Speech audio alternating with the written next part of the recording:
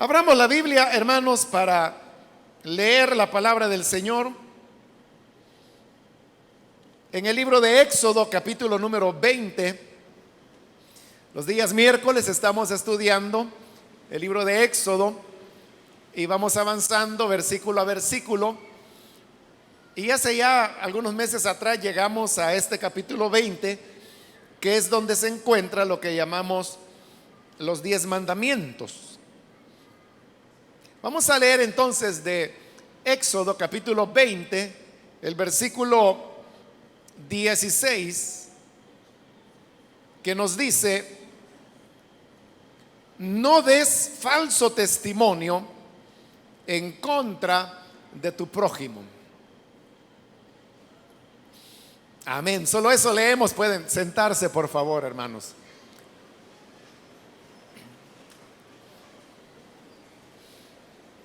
Bueno, hemos leído una vez más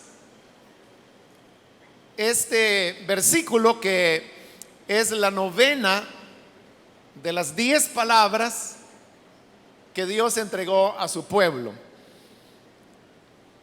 Y como ya lo habíamos mencionado en la última oportunidad, esta palabra tiene que ver con el hecho de hablar siempre la verdad. Explicamos que dar testimonio contra el prójimo tenía que ver con la manera como se impartía justicia en Israel en la época cuando esta palabra fue dada. Explicamos que las causas que hoy nosotros llamaríamos judiciales se resolvían sobre la base de los testimonios. Por el testimonio de 2 o más personas podía decretarse la culpabilidad de alguien o la inocencia. Y siendo entonces que el testimonio era una prueba que era la única que en la época había para poder saber quién era culpable y quién inocente, se convertía en algo grave, una falta grave, el que alguien se prestara para dar falso testimonio. De hecho, pusimos algunos ejemplos de la Biblia en donde pudimos ver cómo el presentar testigos falsos condujo a la muerte a personas que fueron acusadas también falsamente.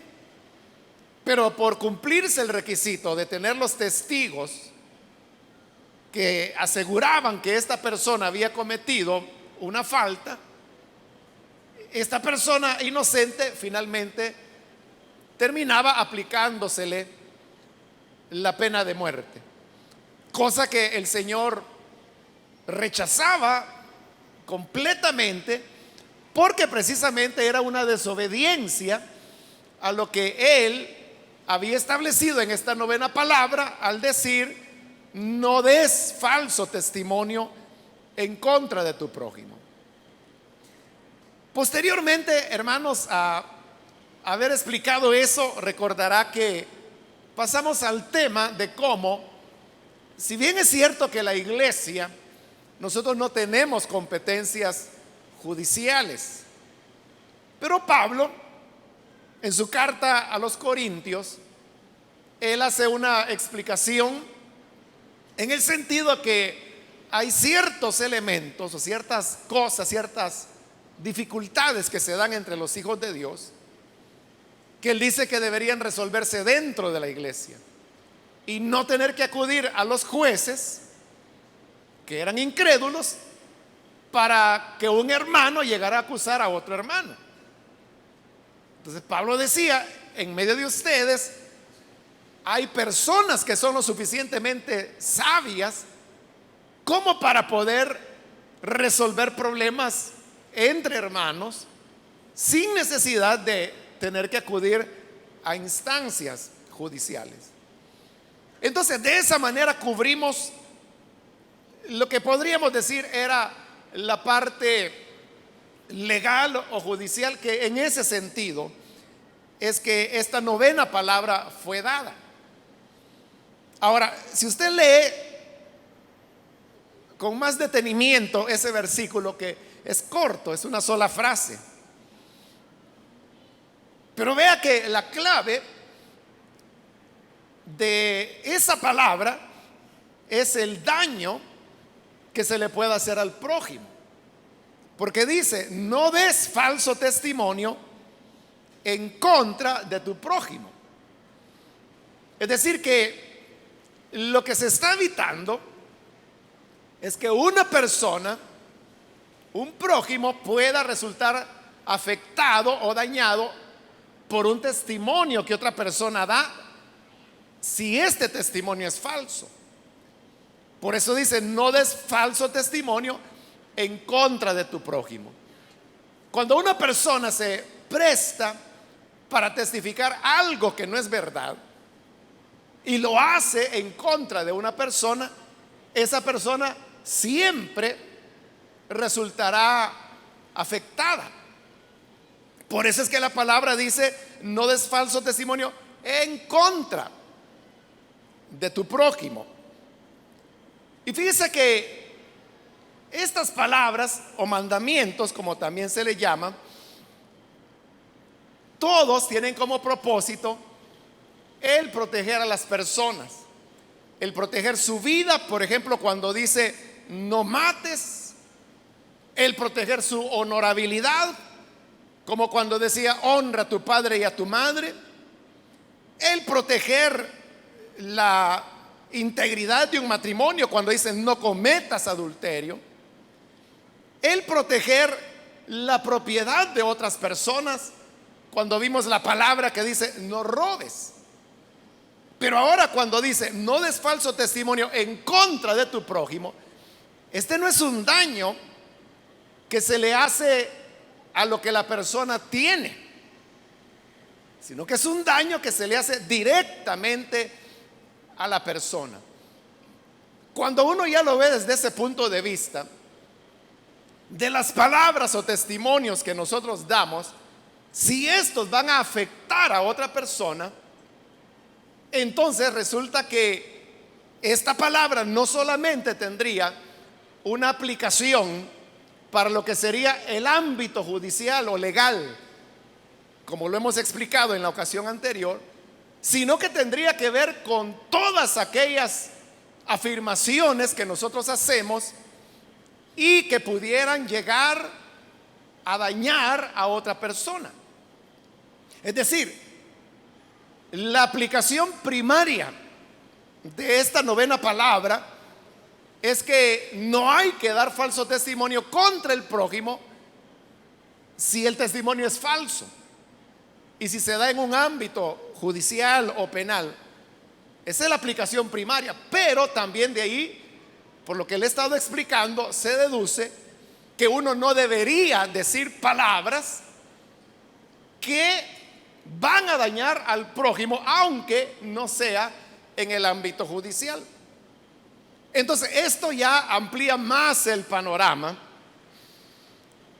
y el mensaje vendría a ser entonces que nosotros no debemos dar testimonios o expresar palabras que vengan a dañar a cualquier otra persona. Ahora, la mentira, nosotros sabemos que siempre van a producir algunos efectos tarde o temprano en alguna persona a la cual se le va a dañar. Fíjese que la mentira pudiera parecer, y a veces así parece, que en el momento cuando se dice salva alguna situación, como que resuelve un problema inmediato.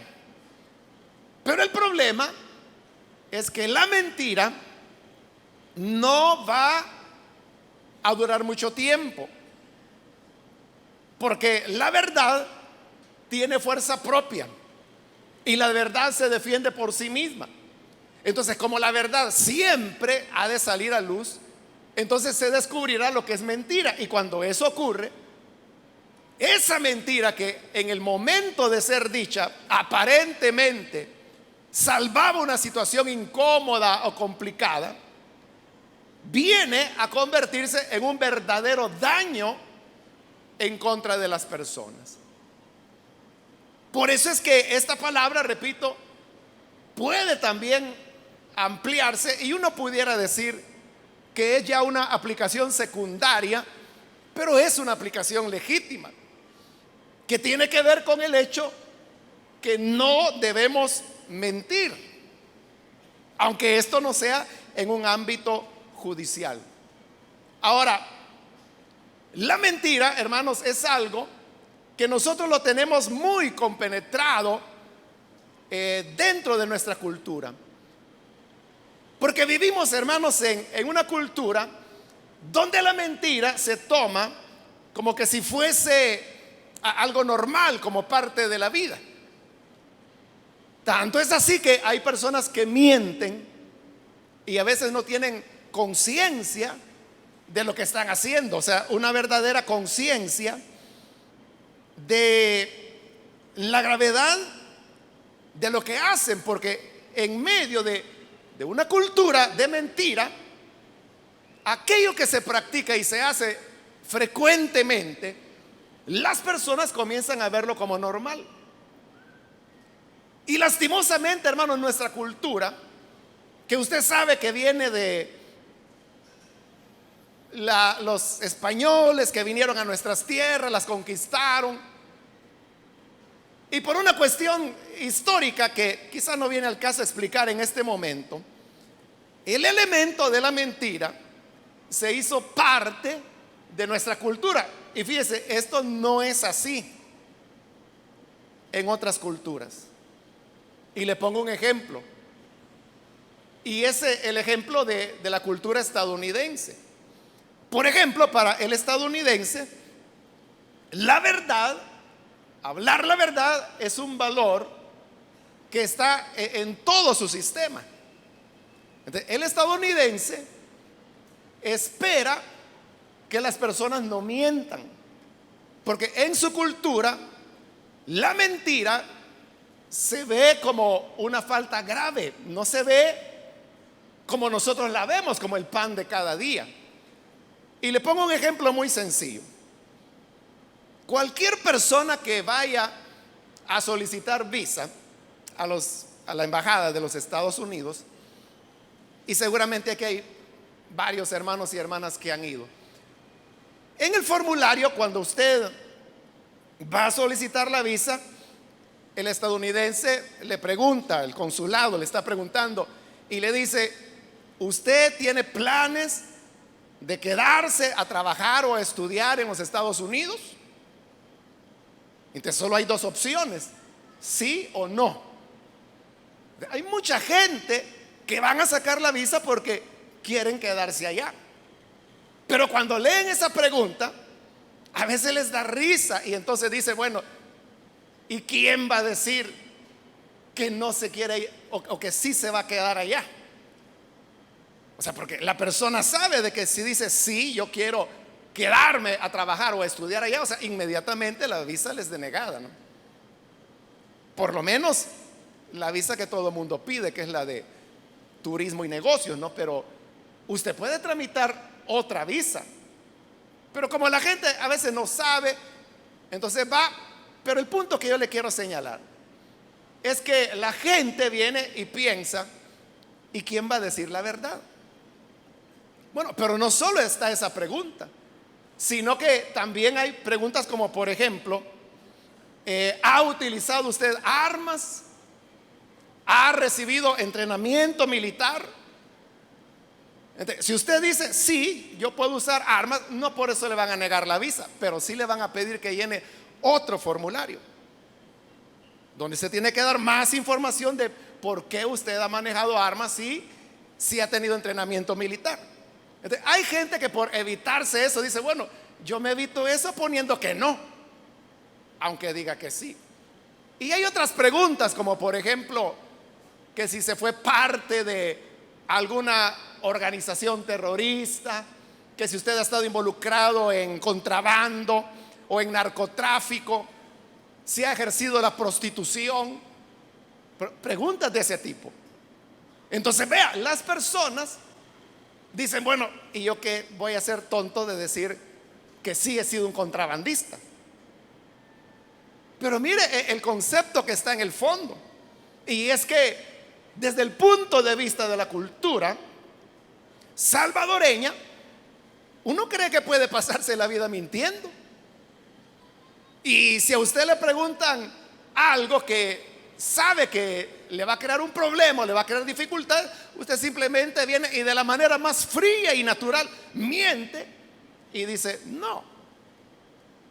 Pero como en la cultura estadounidense no se espera que usted mienta. Y ese es el problema que muchas personas enfrentan, y es que creen que es lo mismo mentir aquí ante una autoridad salvadoreña o ante otras personas que mentir en el ámbito de la cultura estadounidense. Y por eso es que muchos se ven en serios problemas. Personas que pueden tener 15, 20 años de residir en los Estados Unidos y ellos quieren legalizar sus papeles. Siguen el procedimiento, pero cuando llega el punto de examinar los expedientes, viene el estadounidense y encuentra que esa persona hace 25 años, cuando ingresó a los Estados Unidos, mintió, dijo algo que en el momento pareció que le ayudaba, y quizás le ayudó porque le permitieron entrar, pero ahora por esa mentira no puede legalizarse. Y nosotros diremos, bueno, pero si eso fue hace 25 años y todavía se acuerda, es que por eso es que ellos le están preguntando. Y por eso es que todos esos documentos que quedan escritos, o sea, no son preguntas vacías, porque cuando usted da una respuesta, usted está adquiriendo una responsabilidad. Y ese es otro error de muchas personas que, bueno, tienen la visa, van a visitar a sus familiares, pero llevan la maleta llena de queso, de tamales, de pupusas, de pollo campero, de horchata, de chan. Es la tradición, ¿verdad? Y no tiene nada de malo que lo lleve. Pero ¿cuál es el problema? Que cuando usted va a ingresar a los Estados Unidos, le dan la declaración de aduanas. Entonces, ahí le preguntan y le dicen, ¿usted trae alimentos? Entonces, mucha gente dice, bueno, para que no se den cuenta que los traigo, y pone no. Y si lo lleva. Y la gente no se da cuenta que al final de ese formulario le piden firma y fecha. En el momento que la persona firma, usted está ya declarando ante una entidad de Estado, que son las aduanas estadounidenses, que no lleva nada, cuando sí lleva. Es decir, que usted está diciendo una mentira oficial.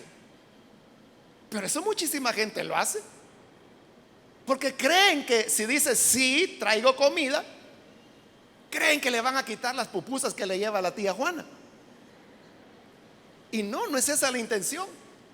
Es simplemente que lo declare, que diga qué es lo que lleva, nada más. Ahora, si usted dice sí, traigo alimentos, entonces lo que van a hacer es simplemente que su maleta la tiene que pasar por un escáner de rayos X, y eso es todo. Ahora, si ellos encuentran semillas, por ejemplo, eso es algo que no se puede ingresar a los Estados Unidos. Entonces, lo que van a hacer es que se lo van a retirar, pero ahí viene el problema. Que si usted en el documento dijo no traigo nada y lo firmó, entonces ya su problema no es que lleve jocotes con semilla. Ya el problema ya no es el jocote, ya no es la semilla del jocote. El problema es que mintió. Y ese es un delito. El jocote no es nada. El jocote es la mentira que ha dicho. Que ahí sí va a tener problemas. Los estadounidenses son bastante flexibles y como que han llegado a entender que esa es parte de la cultura. Y hasta, aunque usted ponga no, de todas maneras le van a preguntar. El formulario dice, ¿trae comida? No, pero siempre le van a preguntar, ¿trae queso? ¿Trae pupusas? ¿Pollo campero? Y le van a preguntar. El problema es que usted siga diciendo no, no, no y le toque pasar a los rayos. Y resulta que todo lo que ha dicho es mentira. Aún así, a veces ocurre y ellos son tan comprensivos que dice, bueno, pobrecito, pobrecita, no entiende. Y lo dejan pasar sin consecuencia. Y lo dejan pasar con todas las pupusas de la tía Juana y no hay problema. Es que no es prohibido llevar pupusas. Lo que es prohibido es mentir. Pero eso es lo que le estoy tratando de decir. Que de nuestro punto de vista cultural, nosotros no tenemos problema. Viene usted manejando, se pasa un semáforo en rojo, lo detiene un policía y el policía le dice, ya sabe por qué lo detuve, ¿verdad? No, le dice usted.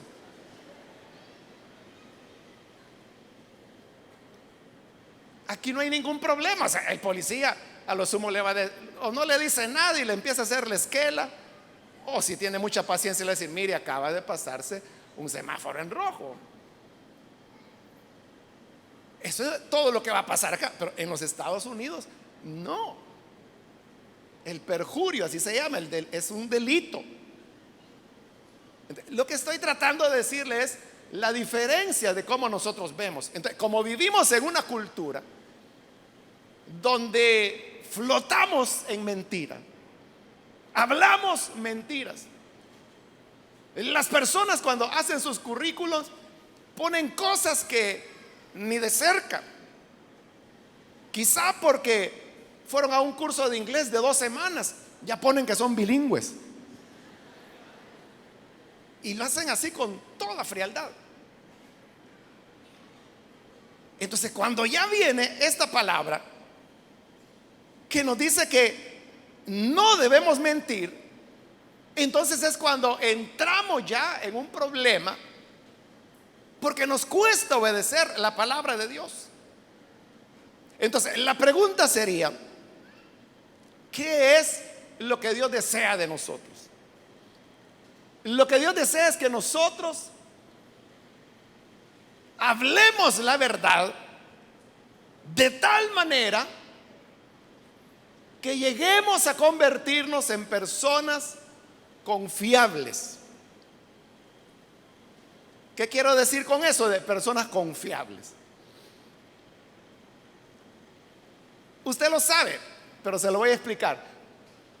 Usted conoce de seguro personas que usted sabe que tienen la mentira en los labios.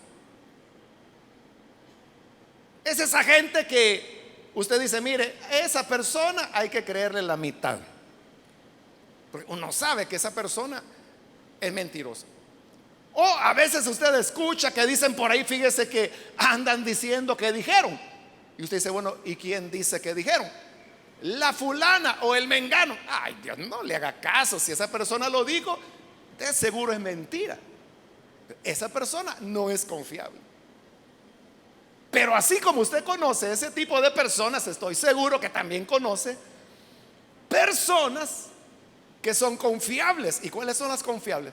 Son aquellas que se dice algo y usted pregunta, bueno, ¿y quién dijo eso?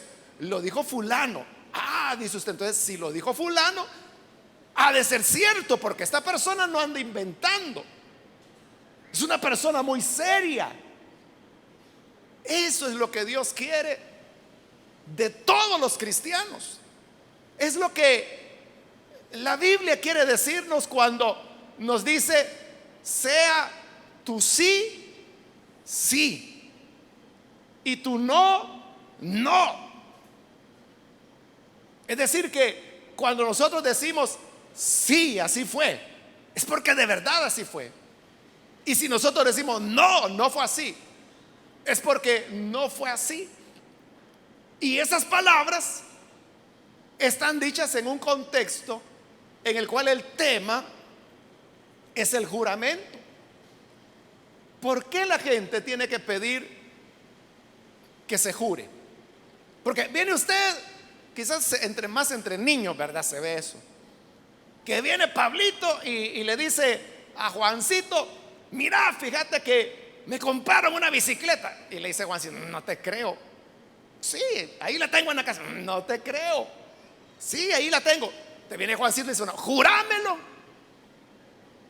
Jurame lo que de verdad te la dieron. Pero ¿por qué le está pidiendo que jure? Porque no le cree, no es confiable. Entonces viene el otro y le jura, pero le jura cruzando los dedos, ¿va? Porque cree que así no vale el juramento. Cuestiones de niños, ¿verdad? Y eso es lo que el Evangelio nos dice, hablando de ese tema de los juramentos. O sea, que no sea necesario que uno tenga que decirle a una persona: mire, júreme que lo que está diciendo es la verdad.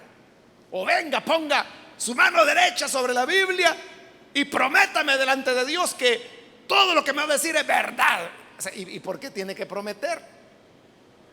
Porque su carácter no es confiable. Por eso le están pidiendo que jure. Por eso le están pidiendo que prometa. Porque no confían en usted. Y por eso es que el Evangelio dice que nuestro sí debe ser sí, nuestro no, no. De manera que la gente no tenga necesidad de estarle pidiendo a usted que jure o que prometa algo, que simplemente su palabra es suficiente. Pero ¿cómo la gente tendrá la confianza que su palabra es suficiente? Cuando usted tenga una historia, un testimonio de sinceridad, de hablar verdad, y aun cuando decir esa verdad lo ponga en ridículo a usted, aun cuando lo que usted diga quizá lo va a dejar mal a usted, usted va a tener que reconocer algo que no estaba bien, se equivocó o lo hizo ya de mala fe. Pero a pesar de eso, usted viene y dice: sí, yo lo hice. Entonces, cuando una persona es así, es veraz, todas las demás personas comienzan a creerle. Y esa se vuelve una persona confiable. Eso es lo que Dios espera de nosotros.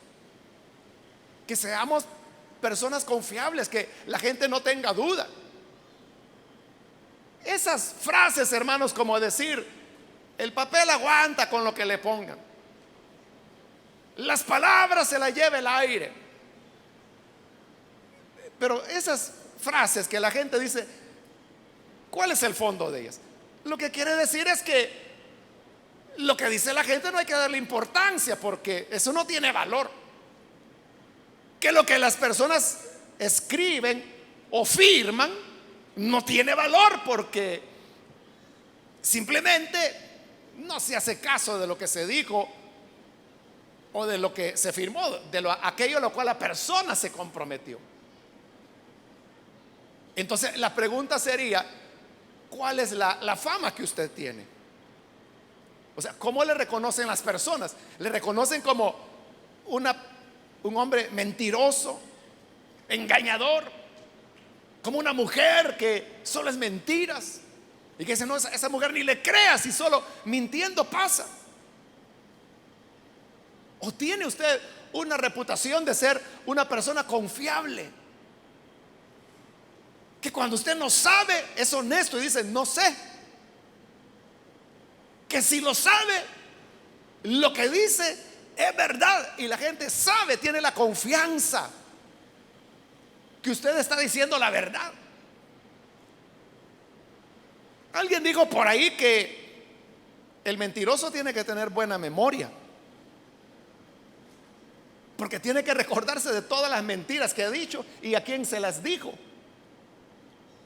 para que en las nuevas pláticas no vaya a desmentirse a sí mismo. Pero como las personas no tienen esa capacidad, la mentira siempre saldrá a relucir. Entonces las personas van a decir: bueno, si esta persona hace 2 meses me dijo tal cosa y ahora me está diciendo tal otra. Ese cambio de versiones manifiesta y deja ver cuando alguien está mintiendo. Y así es como la imagen de la persona se va deteriorando. Pero eso es lo que Dios no quiere. Es que, hermanos, a ninguno de nosotros nos gusta que nos engañen. No nos gusta que nos mientan. No nos gusta que nos tomen el pelo. Entonces, lo que ocurre es que cuando mentimos, es lo que dice ahí, que estamos diciendo algo en contra del prójimo. Y usted puede decir, no, pero yo no estoy hablando de él. No, tal vez no está hablando de la persona. Pero al mentirle, está haciendo algo en contra de ese prójimo, porque le está engañando. Le está haciendo creer algo que es falso, que nunca ocurrió, que no es verdadero, etcétera. Pero fíjese, hay diversos tipos de mentira. Una mentira es lo que la Biblia llama las murmuraciones. Fíjese, esto es delicado porque en una murmuración no necesariamente lo que se dice es mentira. Uno puede murmurar cosas que son ciertas, pero que no es correcto mencionarlas. La murmuración es cuando usted comienza a decir cosas de otra persona, fíjese, que son ciertas, pero que no es correcto hablarlo. ¿A usted no le gustaría que sus problemas se ventilaran ante las demás personas? Entonces, ¿qué ocurre cuando alguien comienza a murmurar algo de usted que es verdad, pero que no tiene sentido el comunicarlo a otras personas? Por muy disfraz de santidad que se le quiera dar a la murmuración, porque la persona puede decir, no, y hay mucho más que yo pudiera decirte, pero como no soy chambroso, solo te digo eso. Pero ya le dejo ir el veneno, ¿no?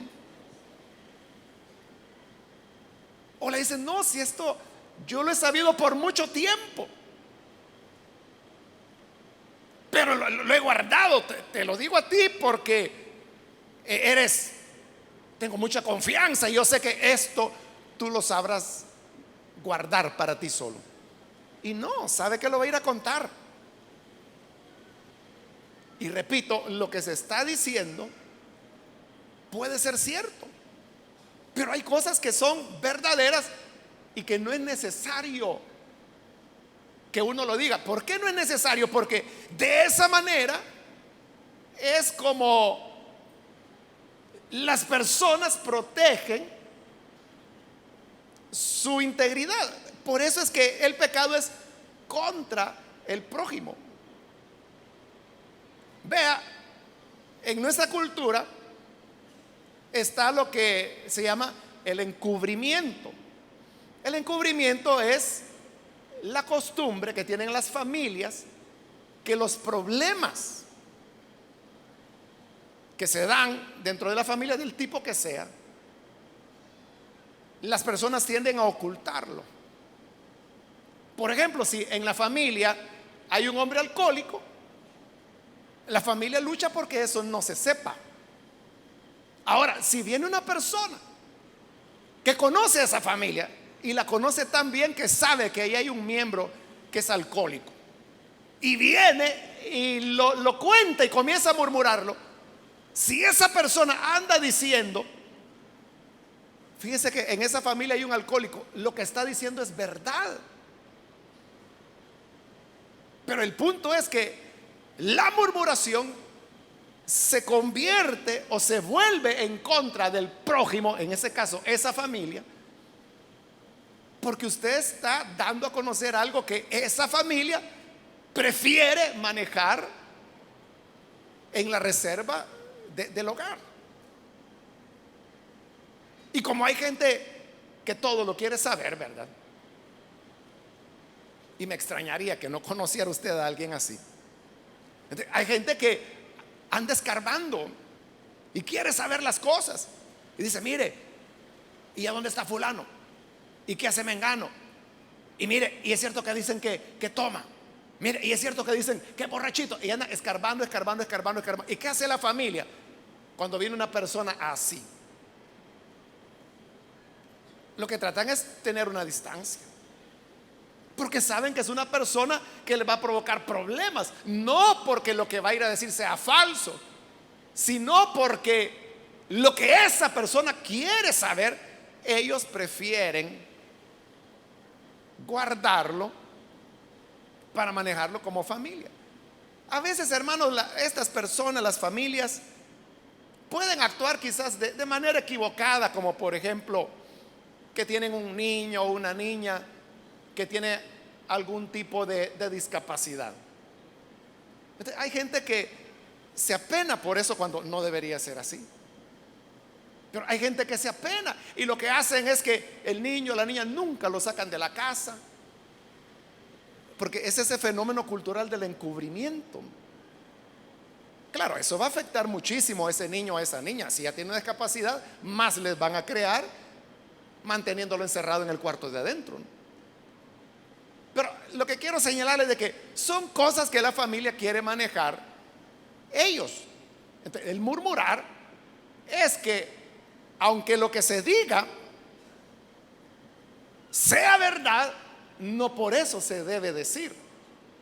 Y eso debe recordarnos las palabras de la Escritura que dicen que de nuestra boca solamente debe salir la palabra que sea adecuada para la edificación. Entonces usted pregúntese eso antes de abrir la boca, antes de decir cualquier cosa. Pregúntese, ¿lo que voy a decir edifica o no?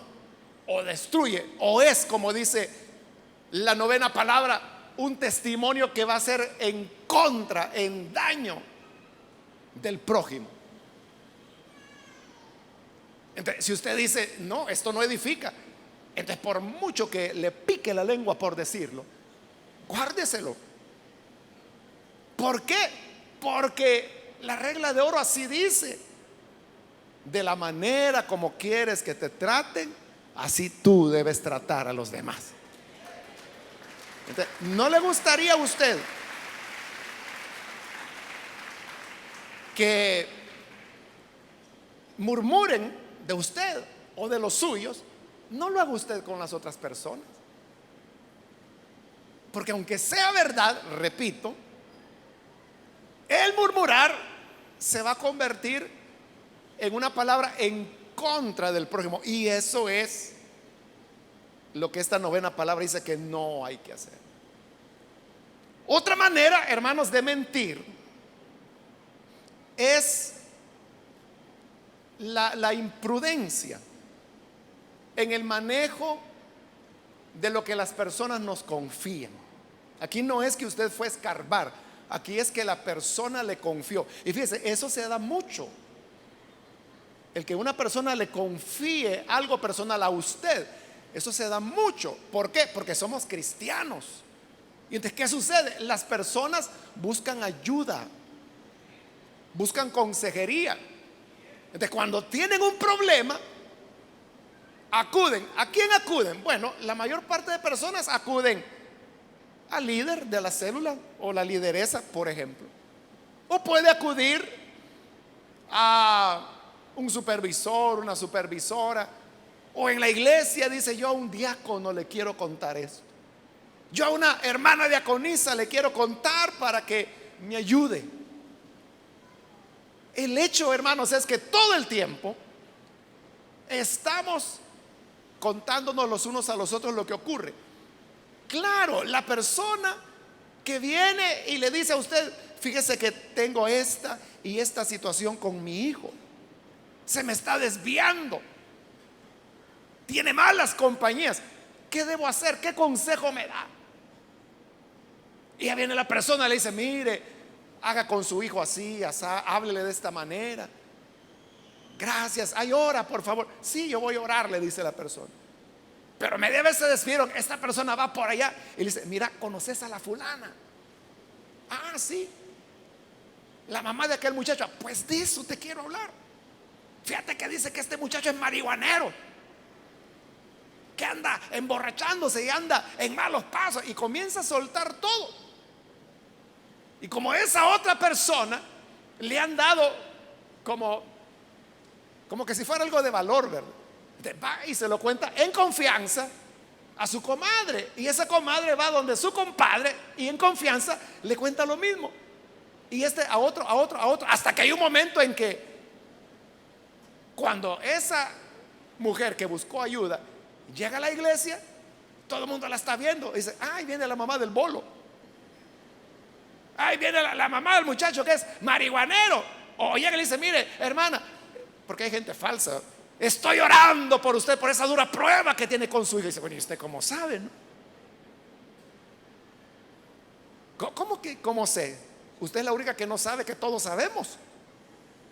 ¿Qué ocurre cuando las personas se enteran que no hubo confidencialidad? Pueden ocurrir muchas cosas.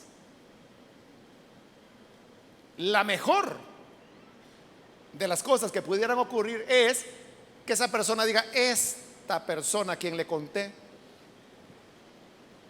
es una imprudencia, es un imprudente o una imprudente, jamás le vuelvo a contar nada. Eso sería en el mejor de los casos. Pero hay personas que no hacen eso, sino que se decepcionan del evangelio. Entonces dice, si estos son los creyentes, mejores amigos tuve yo en el mundo. Y se alejan del Señor. Entonces, ¿para qué va a ir a la iglesia si hay un montón de hipócritas que hay? Entonces vea lo que se dijo, que también es cierto. No se debió haber dicho nunca. Pero al decirlo, ¿qué ganó? Bueno, primero que usted quedó como un imprudente, una persona en quien no se puede confiar. Y segundo, le hizo un daño a su prójimo. Hay personas que buscaron consejo, contaron su situación, la persona fue desleal, contó, la persona queda tan dañada que a veces tienen problemas serios y pasan años, pero no vuelven a pedir ayuda. ¿Por qué? Porque no confían. Entonces vea qué grave es. Pero repito, como cristianos dentro de la iglesia, todo el tiempo vamos a estar recibiendo personas que en confianza nos dice, fíjese que tengo este problema, ore por mí. Anda buscando oración. No le está pidiendo que vaya a chambrear a medio mundo lo que le ha dicho.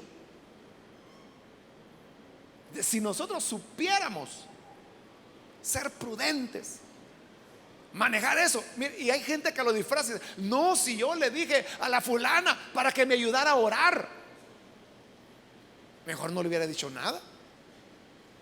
Además, la persona no le dijo, mire, le digo para que le vaya a decir a medio mundo para que todos oren por mí. No le dijo eso. Se lo dijo en confianza. Y esa confianza es la que hay que respetar. Es decir, hay que respetar a las personas. Debemos aprender a respetarlo. Y no importa si es un niño. Pudiera ser un niño, una niña de 8 años, si usted quiere, o 7 o 5. Pero lo que le confíe, guárdelo. Igual si es un joven, si es un adulto, si es un anciano. No porque la hermanita tenga 80 años, usted va a poder andar contando todo lo que hace.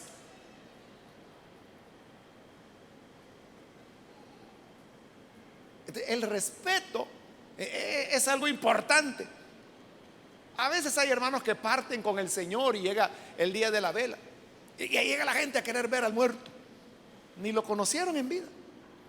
¿Y de qué se murió? ¿Y qué le pasó? ¿Y qué tenía? Pues, ¿y qué dijo el médico? No, hombre, sé que ahí en ese lugar donde usted le dijo, ahí matan a la gente. Y empiezan, hermanos. Eso no es para los hijos de Dios. No es para nosotros. Sino que tenemos que aprender a ser prudentes, respetar a las personas. Y con esto paso al tercer tipo de mentira con el cual termino. Y es ya propiamente la calumnia. Si en los casos anteriores lo que mencionamos era verdad, pero se hizo un manejo malo de esa verdad, en la calumnia es peor. Porque en la calumnia lo que se dice es falso, es mentira. Eso también se llama difamación. Entonces, la calumnia es cuando usted inventa cosas que no son ciertas de otra persona. Y lo peor que no solo la inventa, sino que empieza a contarlo como que si fuera cierto. Eso es calumnia. Y obviamente es una mentira, y es una mentira contra el prójimo, que es lo que está queriendo evitarnos Dios cuando dice: no des falso testimonio en contra de tu prójimo. Hoy mismo, hermanos, en los periódicos de hoy sale una noticia de una señora joven, a saber qué es, porque tratan de cubrir la identidad de ella. Pero la cosa es que ella tiene unos vecinos que están casados. Entonces, como que vio a su vecino que andaba con otra persona y le fue infiel. Entonces viene y le dice a la señora que había visto a su esposo con otra persona. Entonces, este hombre hoy la está amenazando a muerte a ella por andar de bocona. O sea, el caso está así algo confuso, que saber qué va a hacer ahí los jueces. Ya tuvieron algunas audiencias, trataron los jueces de que conciliaran y ninguno de los dos quiere conciliar. Fíjese hasta dónde llega el tema de la calumnia. Y uno pudiera preguntarse: ¿cuántas personas no habrán perdido su vida por una mentira? Por una calumnia que alguien levantó. ¿Cuántas personas golpeadas, heridas? ¿O cuántas personas no estarán presas por una calumnia? El daño que se le hace al prójimo es terrible. ¿Se acuerda de Doeg? Doeg, así se llamaba un hombre. Cuando David iba huyendo de Saúl, pasó por donde el sumo sacerdote le pidió que le diera pan, que le diera una espada. Y el sacerdote, que no sabía que David iba huyendo en ese momento, le entrega todo. Pero Doeg oyó y vio todo tiempo después, cuando ya Saúl andaba persiguiendo a David y David siempre se le escapaba. Él se enojó y entonces gritó delante de todos: bueno, nadie está de mi lado, nadie me quiere ayudar. Este Doeg dijo: bueno, hoy es mi momento de ganar puntos con el rey. Y él dijo: no, rey Saúl, yo sí tengo información. Y le contó. David fue donde el sumo sacerdote, y el sumo sacerdote le dio pan, le dio espada. Ah, dijo Saúl, entonces los sacerdotes están armando a David. Entonces fue y hicieron una masacre, los mataron a todos.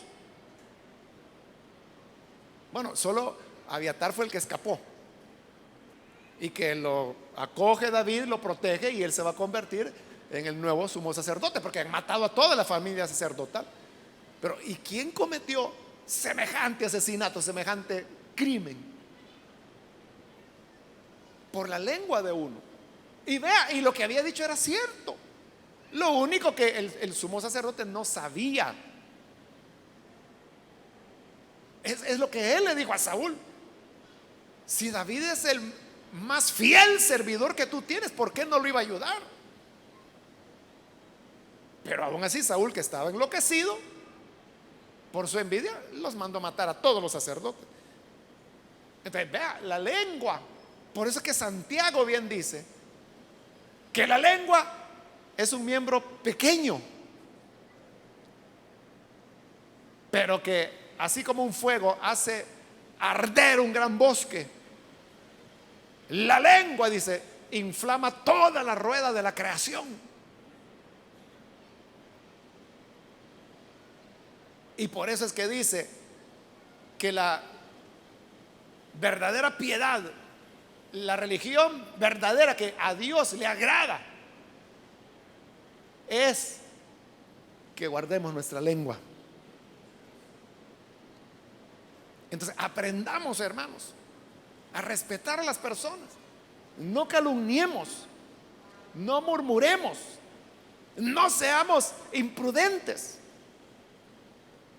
Como le digo, hay cosas que usted sabrá y que son verdaderas, pero ¿para qué las va a contar? ¿A quién edifica?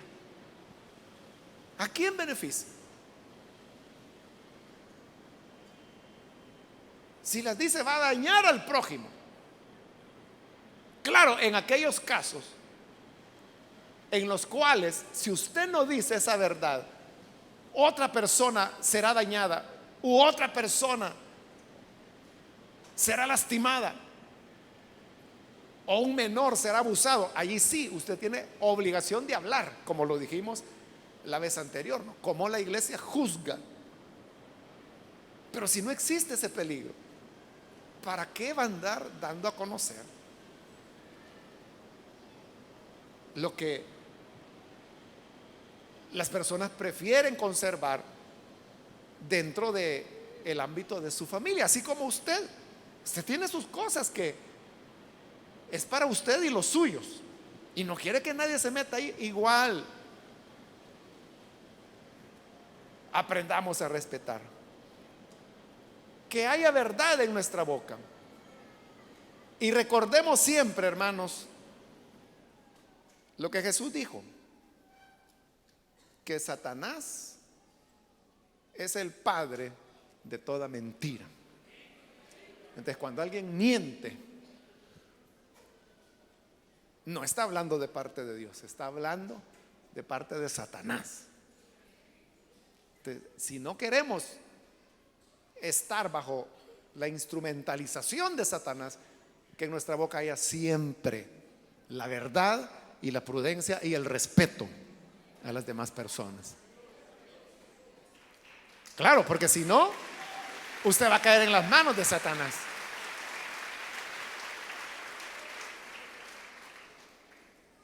Que Satanás le use no es solamente que usted vaya a un centro espiritista o que oiga música satánica. O sea, cuando anda de chambroso, de comentarista, se está poniendo en las manos de Satanás, que es el padre de toda mentira. Entonces, que el Señor nos guarde y seamos como el Señor Jesús y como Juan el Bautista, que después de muerto Juan el Bautista, la gente decía, Juan no hizo ninguna señal. Juan ni siquiera un dolor de uñas sanó. Pero la gente decía, pero todo lo que dijo era verdad. Y por eso creyeron en él. Pero usted puede hacer descender fuego del cielo si quiere, pero si es un lengua larga, nadie le va a creer. De que el Señor nos ayude mejor a ser honestos e íntegros en todo lo que hacemos. Y que aun cuando decir la verdad le afecte, dígala. Dígala, que Dios le va a honrar y le va a bendecir. Vamos a orar, vamos a cerrar nuestros ojos. Y quiero, hermanos, antes de orar, hacer una invitación para los amigos o amigas que todavía no han recibido al Señor Jesús como Salvador. Pero si usted ha escuchado hoy la palabra de Dios y a través de ella usted reconoce la necesidad que tiene de venir para reconciliarse con Dios, para estar en paz con Él, yo quiero invitarle para que hoy lo haga. Si necesita entregarse al Hijo de Dios, póngase en pie. Ahí en el lugar donde usted se encuentra, puede ponerse en pie con toda confianza y vamos a orar por usted. Cualquier amigo, amiga que hoy ha escuchado la palabra de Dios, vamos a orar por usted. Muy bien, aquí hay un joven, bienvenido. Alguien más que necesita pasar para recibir al Hijo de Dios, puede ponerse en pie. Vamos a orar entonces, y a usted que nos ve por televisión también le invito para que reciba al Hijo de Dios y usted pueda de ahora en adelante llevar una vida de integridad. Señor, gracias por las personas que están aquí, por los televidentes y los radioescuchas. Llega a ellos para darles una vida nueva, de tal manera que puedan conocerte. Y así como tú enviaste al ángel con el carbón encendido para limpiar los labios del profeta Isaías, también te pedimos, Padre, que vengas sobre todos los que ahora están rindiéndose a ti o reconciliándose. Limpia y líbranos, Señor, porque vivimos en medio de un pueblo de labios inmundos que ha hecho de la mentira su cultura. Pero ayúdanos para que podamos nosotros, como hijos tuyos, ser verdadera luz en medio de las tinieblas, y que podamos resplandecer como personas de verdad, de sinceridad, de tal manera que nuestro sí sea sí, nuestro no sea no, y las personas comprendan que somos confiables. Ayúdanos a construir esa reputación en el nombre de Jesús nuestro Señor. Amén. Amén. Gloria a Dios.